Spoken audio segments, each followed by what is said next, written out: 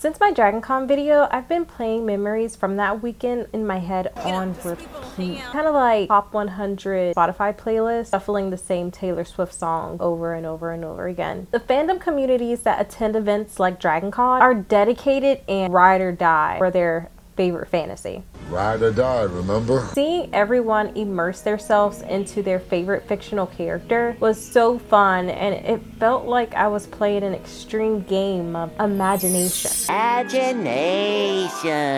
We all know someone who loves something so much they turn their entire lives into that hobby, fandom, whatever, and can't stop talking about anything else. For example, we all know that one guy who's way too obsessed with his favorite sports team, or that one person who is so aligned with their religion that they introduce themselves to new people with religious messages and beliefs. She's not a Christian!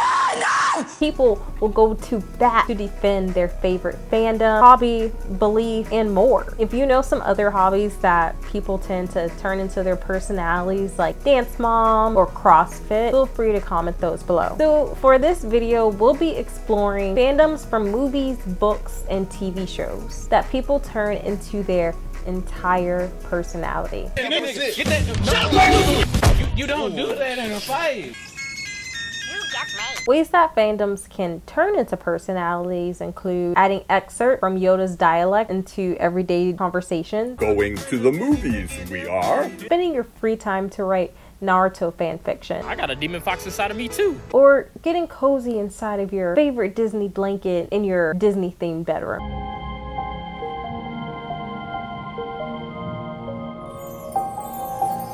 And with that, let's get started with Disney, you weirdos. To some, Disney is just a theme park, but to others, Disney adults to be exact, it's a sacred land. Jody Eichler-Levine, a religion professor at Lay University in Pennsylvania, said in a viral tweet, "Many of the Disney fans I have observed in person and online find immense meaning in the park. People don't just marry at Disney. They mourn relatives at Disney. They go to Disney to celebrate surviving cancer. They go there for one last trip before they die. Religion is a way of making meaning in the world through stories and ritual. Disney adults live, breathe, and die by the Disney brand itself. Some call it an entertainment conglomerate. I call it a cult. I mean, just think about it. Disney's footprint is far larger today when compared to its origins. The Walt Disney Company has its hand in cable television networks, film studios, some of which include other fandoms that we'll dive into later, brand, fashion, celebrities, you name it, they own it. But hey, cut them some slack, guys. Everybody knows that if you want to have a successful company that lasts generations, you've got to maintain the sacrificial head in the company's dungeon. Fun fact, Walt Disney and I were both born on the same day, December 5th. We're natural born cult leaders. She's not a Christian! And Disney adults are the cult followers. They are usually the first in line to purchase limited edition Mickey ears, land the character themed popcorn boxes before anyone else, or spend $800 or more, because the prices are pretty ridiculous, on park tickets to celebrate the return of character hugging. Disney's primary message of magic moments and making dreams come true does a very vague wish fulfillment to consumers who willingly spend thousands of dollars on an immersion emotional experience. Disney is one of the few fandoms where fans can actually live and escape into their world if they can afford it. As early as the 1990s, coverage of Disney fairy tale wedding programs invited many to celebrate their shotgun nuptials in the House of the Mouse. Like many aesthetics, the Disney adult originated on Tumblr under the term Disney bounding. And this goes back to some of our other videos where we've talked about aesthetics and how a majority of online aesthetics today have also originated on Tumblr. We don't give Tumblr enough credit, but Tumblr has actually started fandom communities, aesthetics, and so much more. So the term Disney bounding, where people were always shown cosplaying as a character at the park, using the color palettes inspired by their favorite Disney character, Harry Potter. Many grown adults today still identify themselves with their chosen Hogwarts house. In case you were wondering, I'm House Hufflepuff. It has been more than 20 years since the first book of the series has been published, but it still has not lost its shine, except for the fact that J.K. Rowling is a terrible person. Harry Potter fans, or Potterheads, no, not potheads, but I wouldn't put that past them either. He thinks you're a pothead. I am. They are known to have their own custom wand and have more than a few Harry Potter mugs and other paraphernalia. What's up, Dumbledore? The idea of magic and wizardry is fascinating to kids. The world building in Harry Potter is so detailed, and many impressionable minds once believed in becoming a part of the wizarding world. Like Disney, it is completely possible to escape to the wizarding world. We should all be familiar with the wizarding world of Harry Potter theme park at Universal Park, another destination known as sacred land to the Potterheads. There is definitely a pattern with the biggest fandoms having physical locations. When companies see the opportunity to milk a fandom, they will go for it. We're starting to see a trend of other genres, industries adopting the same method of building theme parks for fandom. Just take a look at Super Mario World theme park that opened last year in Japan, and Ghibli Park, which opened this year. The Harry Potter series is nostalgic for many adults that grew up reading the books, bringing back memories of some of the happiest times in their lives. I personally remember my childhood friends that read the books constantly comparing the movie portrayal to the book. A fantasy world does not only serve as a form of escapism, but also serves to inspire others to overcome personal challenges. One attribute to the connection that people have with the Harry Potter series is the moral issues that a lot of characters face. These experiences add an adult spice to the wizarding world. There are no easy answers, and even victory in the series has a price. The acceptance of these realities connects many adults that struggled with the same issues to the story, which makes sense for why it resonates with people much older today as well. Army. I'm not talking about US Army. And just like that, my service in the United States Army was over. No, I'm talking about K-pop fans of BTS. K-pop boy band BTS has the biggest fan following in the world currently. Their fandom is known as the Army. That's intimidating. And they have millions of followers. The Army is not a fandom you want to mess with. They are very devoted and huge contributors to BTS's success. K-pop fans in general are not people you want to mess with. Just think back to their Twitter war with QAnon and white supremacists in 2020. The BTS troops effectively commandeered the racist Twitter hashtag and rendered it all but unusable. BTS has been amassing a legion of fans long before it became the first all South Korean act to top the Billboard Hot 100. BTS fans are more than willing to show up in person to support their favorite boy band, but they are also one of the most active online communities in existence. If you're an active social media scroller, you've probably come across BTS fan accounts and posts that inform you which BTS member you are based off of your horoscope. Which BTS member are you according to your horoscope? Why do I keep getting a lot of Virgos? Oh, okay, I'm a Sagittarius.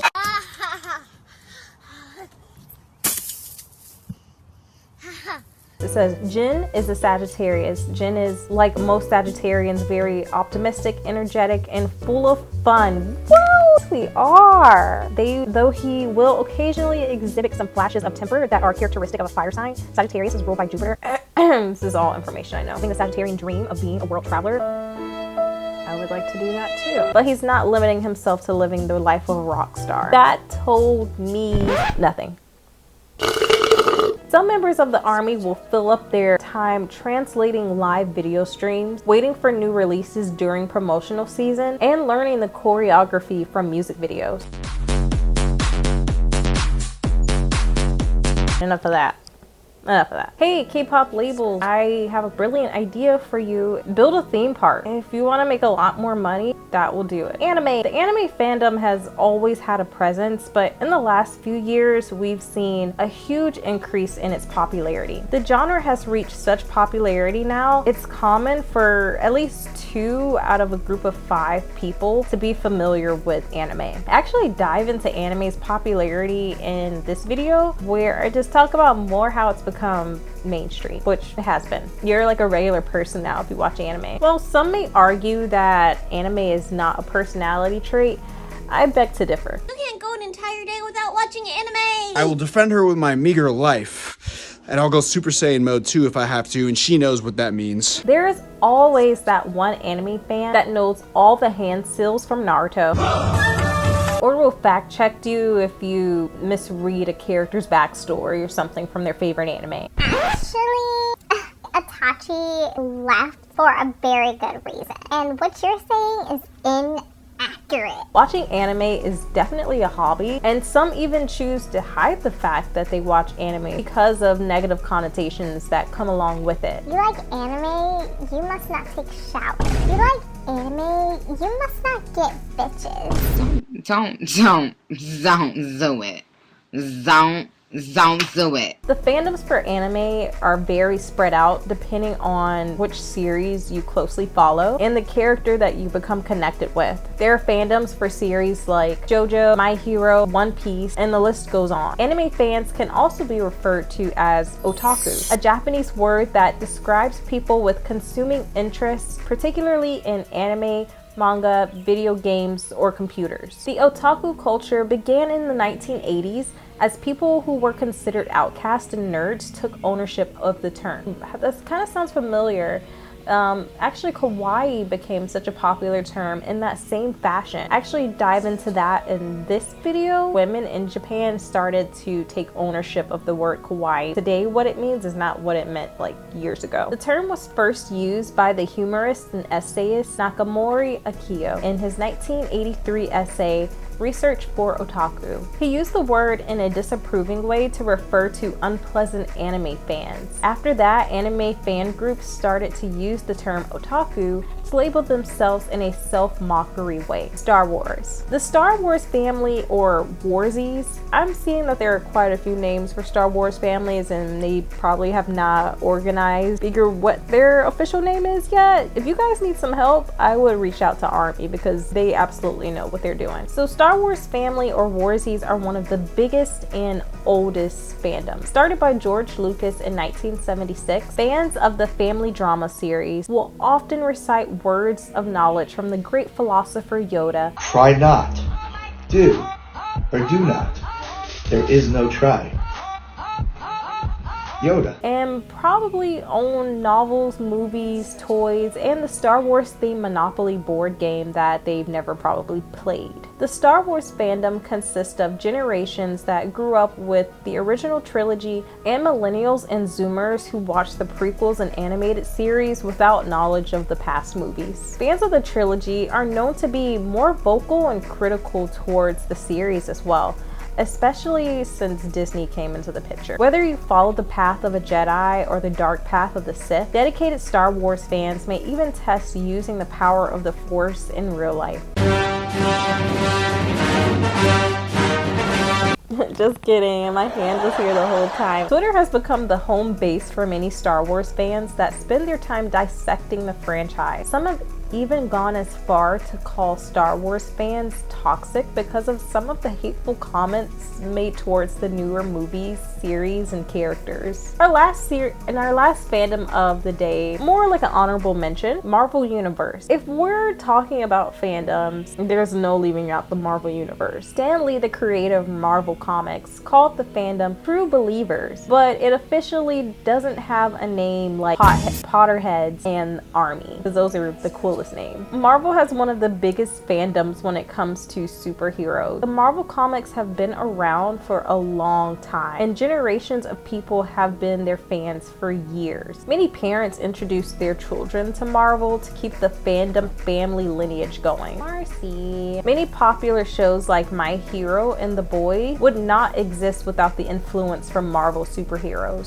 Serious Marvel fans will often spend their time staying up to date on the events of the cinematic universe. This includes the movies and the TV shows. They are also known to own at least one Marvel superhero t-shirt and probably pray to their Stan Lee figurine for giving them a reason for their life. The fandoms that I listed out today are some of the biggest and top fandoms on the internet, online, in the entire world. If you are a person who likes one of these fandoms and identifies as a Potterhead, or if you're a part of like a K-pop group fandom, please comment down below why you love your fandom, why you're ride or die for them. And I'm serious about the die part, because if you're not willing to die for your fandom, then you're not a true believer. If you enjoyed this video, if you want to just help me out too, please give this video a big old thumbs up, and don't forget to subscribe because you'll really enjoy all the content that I'll bring to you.